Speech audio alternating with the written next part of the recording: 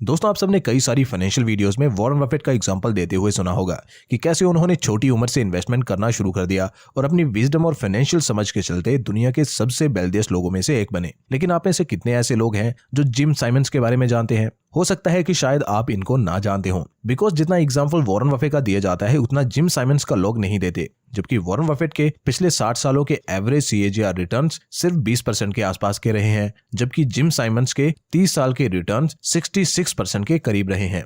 और 66% के compounded returns का मतलब है कि अगर जिम साइमंस इतने ही रिटर्न्स वॉरेन बफेट जितने सालों तक यानी 60 सालों तक लेते रहेंगे तो उनकी नेटवर्थ इतनी हो जाएगी, जिनको वर्ड्स में कैसे प्रोनाउंस करना है मुझे तो ये भी नहीं पता। वैसे मैं ये सब आपको इसलिए बता रहा हूँ बिकॉज जिम साइमंस एक स्टॉक मार्केट ट्रेडर हैं और इन्होंने ट्रेडिंग से ही इतने जीनियस रिटर्न्स लिए हैं। और आज की वीडियो का टॉपिक भी ट्रेडिंग ही है, इसलिए बेस्ट ट्रेडर का एग्जांपल देना जरूरी था। तो इससे पहले कि आप जिम साइमंस की तरह एक सुपर ट्रेडर बनने का सपना देखना शुरू कर दें, पहले ट्रेडिंग के बेसिक्स, उसके प्रोज एंड कॉन्स के बारे में भी जान लो, ताकि आप कभी इन फ्यूचर मिसगाइड ना हो जाओ और अपनी हार्ड अर्न मनी को प्रोटेक्ट कर पाओ। तो आइए ये सब हम राहुल और विकास के एग्जांपल से समझे। राहुल और विकास दोनों बचपन के दोस्त हैं और दोनों में बहुत डीप अंडरस्टैंडिंग है। दोनों अपनी हर बात एक दूसरे के साथ शेयर करते हैं। इनफैक्ट दोनों सेम ही कंपनी में जॉब भी कर रहे हैं। एक दिन राहुल को उसके कजन ने स्टॉक मार्केट से इंट्रोड्यूस करवाया और राहुल ने भी देखा कि यार इन्वेस्टमेंट तो सही चीज है, इससे मुझे लॉन्ग टर्म में फाइनेंशियल फ्रीडम मिल सकती है और मैं रैट रेस से एस्केप कर सकता हूँ। साथ ही बिकॉज वो विकास के साथ हर बात शेयर करता था, इसलिए उसने विकास को भी स्टॉक मार्केट का कंसेप्ट समझाया और दोनों ने ही डिसाइड कर लिया कि अब वो दोनों side by side stock market को भी सीखेंगे। शुरू में दोनों ने ही थोड़े थोड़े पैसे ब्लू चिप स्टॉक्स में इन्वेस्ट करना चालू किया, लेकिन जैसे जैसे वो दोनों स्टॉक मार्केट में डीप जाते गए, नॉलेज गेन करते गए, तो दोनों की स्ट्रेटजीज चेंज होती गई। राहुल थोड़ा कम रिस्क लेना पसंद करता था और साथ ही वो वॉरेन बफेट, राकेश झुनझुनवाला जैसे वैल्यू इन्वेस्टर्स को अपना आइडियल मानता था, इसलिए उसने लॉन्ग टर्म इन्वेस्टिंग का रास्ता चुना। उसने सिंपल स्ट्रेटजी बनाई कि वो एक बजट रेडी करेगा, फिर कोशिश करेगा कि वो मैक्सिमम सेव करे और उन्हें लॉन्ग टर्म के लिए फंडामेंटली स्ट्रॉन्ग शेयर्स में इन्वेस्ट करे। और उसने ऐसा ही किया। उसने अपनी पूरी लाइफ इसी सिंपल स्ट्रेटजी को फॉलो किया, पेशेंस रखा और रिटायरमेंट की एज तक उसने ठीक ठाक कॉर्पस जमा कर लिया। लेकिन दूसरी तरफ विकास स्टॉक मार्केट में तो इन्वेस्ट करने की इंटेंशन से ही आया था, लेकिन जैसे जैसे वो मार्केट को ज्यादा टाइम देता गया वैसे वैसे उसका झुकाव ट्रेडिंग की तरफ ज्यादा बढ़ता गया। विकास ने ट्रेडिंग में अपना सिक्का आजमाना चाहा, लेकिन ऐसा नहीं कि वो बस ट्रेडिंग के एक्स्ट्रा ऑर्डिनरी रिटर्न से ही अट्रैक्ट हुआ था, बल्कि वो उसके कॉन्सिक्वेंसेस को भी समझता था। इसलिए उसने ट्रेडिंग को सीखा, रिस्क मैनेजमेंट को समझा और डेली इंप्रूव करता गया। स्टिल उसको शुरू में काफी लॉसेस हुए, जो कि हमेशा एक न्यूबी ट्रेडर को फेस करना ही पड़ते हैं। लेकिन आफ्टर फ्यू इयर्स उसकी ट्रेडिंग स्ट्रेटजी इंप्रूव होती गई, उसकी रिस्क मैनेजमेंट भी स्ट्रांग होती गई and now he is earning a living out of trading. अब वो गुजारे लायक इनकम ट्रेडिंग से कर लेता है और उन्हीं में से कुछ पैसे सेव करके लॉन्ग टर्म के लिए इन्वेस्ट भी करता है। दोस्तों, मैं आपको स्टॉक ट्रेडिंग करने के लिए इंसिस्ट तो नहीं कर रहा, लेकिन मैं ट्रेडिंग को गलत भी नहीं कहूंगा, बिकॉज काफी सारे लोग सक्सेसफुली ट्रेडिंग को फुल टाइम करते हैं और काफी अच्छे रिटर्न्स भी उससे जनरेट करते हैं।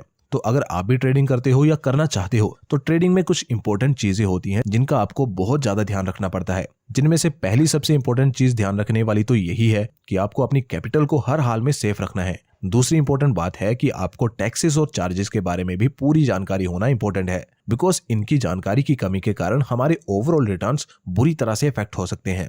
जैसे कि हम सुनते आए हैं डिस्काउंट ब्रोकर्स के बारे में कि वो पर ट्रेड सिर्फ 20 रुपए की ही चार्ज करते हैं, और ये सुन के हम बहुत इंप्रेस भी होते हैं कि इतनी कम ब्रोकरेज सिर्फ 20 रुपए की। लेकिन बिलीव मी, बिग प्लेयर्स यानी बड़े ट्रेडर्स पूरी कोशिश करते हैं कि वो इस ब्रोकरेज को पे ना करें, बिकॉज वो अच्छे से जानते हैं कि इससे उनके ओवरऑल प्रॉफिट्स में क्या डिफरेंस आ सकता है। आओ मैं आपको एग्जांपल से समझाता हूँ कि कैसे ये छोटी सी ब्रोकरेज बचाने से कितना बड़ा डिफरेंस क्रिएट हो सकता है। विकास के ही एग्जांपल से मैं आपको समझाने की ट्राई करता हूँ। मान लो कि विकास डेली के 3-4 ट्रेड लेता है और एक महीने में 20 के करीब ट्रेडिंग डेज होते हैं, तो 20 × 3 यानी एक मंथ में वो कम से कम 60 ट्रेड लेता है। तो अगर वो 20 रुपए की ब्रोकरेज एक ट्रेड पर पे करता है तो एक मंथ में वो 1200 रुपए की ब्रोकरेज ही पे कर देगा, जो कि अगर वो बचा पाता तो ये उसके ओवरऑल प्रॉफिट्स में ही ऐड होते। और काफी बार तो ऐसा होता है कि इसी ब्रोकरेज की वजह से हम लॉस में भी चले जाते हैं। तो अब हम इस ब्रोकरेज को बचा कैसे सकते हैं? तो दोस्तों, कुछ ब्रोकर्स होते हैं जो जीरो ब्रोकरेज की फैसिलिटी प्रोवाइड करते हैं, जिनमें से one of the best broker हैं M stock by Mirae Asset. तो आइए पहले जल्दी से एक बार इनके कैलकुलेटर से ये कैलकुलेशन करके देखते हैं कि हम इनका ऐप यूज करने से कितनी ब्रोकरेज सेव कर सकते हैं। मान लो कि आप डेली के विकास के जितने ही ट्रेड करते हो, यानी कि 3-4 ट्रेड करते हो, और ब्रोकरेज पर ट्रेड पे करते हो 20 रुपए की, जो कि अमूमन एक ब्रोकर आपसे चार्ज करता है। तो आप यहाँ क्लियरली देख सकते हो कि एक साल में आप सीधा 19,000 रुपए सेव कर लोगे अगर आप एम स्टॉक को यूज करते हो तो। और ऐसा नहीं है कि M stock zero brokerage charge करता है तो ये अच्छी फैसिलिटी या फीचर्स नहीं देता। ये आपको एक यूजर फ्रेंडली इंटरफेस प्रोवाइड करता है, और एक और जो अच्छी और यूनिक बात है इनके टर्मिनल की कि यहाँ हमें ग्लोबल इंडाइसेस को देखने के लिए किसी अलग साइट या ऐप को ओपन नहीं करना पड़ता। सब कुछ आपको एक ही जगह पे मिल जाता है, यानी एम स्टॉक के टर्मिनल पे ही मिल जाता है। इवन प्री डिजाइन बास्केट्स भी आपको मिल जाती हैं जो कि ऑर्डर प्लेस करने में बहुत हेल्प करते हैं। और तो और न्यूज भी आपको इसी एक डैशबोर्ड पर मिल जाती हैं। और भी कुछ बहुत इंटरेस्टिंग और इनोवेटिव फीचर्स हैं इनके पास, जैसे कि वॉइस सर्च, जिसके इस्तेमाल से आप स्टॉक्स को बोल के भी सर्च कर सकते हो। Mutual fund, FnO, cash, IPOs etcetera में इन्वेस्ट करना भी काफी सिंपल है। और बात रही ट्रस्ट की, तो एम स्टॉक मिराई एसेट का प्रोडक्ट है जो कि एशिया की one of the biggest asset management company में से एक है, जो कि $600 बिलियन से ज्यादा एसेट्स को मैनेज कर रहे हैं और ये 25 साल से ज्यादा से इस बिजनेस में है। सो या ट्रस्ट फैक्टर की तो मुझे इसमें कोई कमी नहीं लगती। अब दोस्तों आप सोच रहे होंगे कि इतना सब कुछ कंपनी फ्री में कैसे दे सकती है, प्रॉफिट कैसे कमाएगी कंपनी, कहीं कोई कैश तो नहीं? तो दोस्तों ऐसा कुछ भी नहीं है। एम स्टॉक कोई subscription fee, quarterly charges, annual maintenance charges, buy and sell IPO charges नहीं लेता। ये टोटली फ्री है, बिना किसी एक्सपायरी और लिमिट के। बस इनके 2 प्लान्स हैं, जिनमें से हम सिर्फ एक ही प्लान के बारे में बात करेंगे, जो कि है ₹999 वन टाइम का, जिसे पे करने के बाद एम स्टॉक से आप life time across all segment free में ट्रेड और इन्वेस्ट कर पाओगे विदाउट एनी लिमिट। और ये ₹999 जो आप वन टाइम पे करोगे, इसे आप कुछ ही महीनों में रिकवर भी कर लोगे अगर आप एम स्टॉक के जीरो ब्रोकरेज प्लान को यूज करते हो। तो दोस्तों डिस्क्रिप्शन में लिंक है एम स्टॉक का, अभी ऐप को डाउनलोड करो और जीरो ब्रोकरेज प्लान का लुत्फ उठाओ। ऑल्सो दोस्तों एक शॉर्ट डिस्क्लेमर कि चाहे ट्रेडिंग हो या इन्वेस्टिंग, दोनों में ही रिस्क इन्वॉल्व होता है, इसलिए कोई भी डिसीजन लेने से पहले अपनी रिसर्च और एनालिसिस जरूर करें। तो यही कुछ था दोस्तों आज की वीडियो में। होप आपको वीडियो इन्फॉर्मेटिव लगी होगी और आपको कुछ वैल्यू मिली होगी वीडियो से। अगर आपको हमारा कंटेंट पसंद आ रहा है तो आप एप्रिसिएशन के तौर पे वीडियो को लाइक और चैनल को सब्सक्राइब कर सकते हो।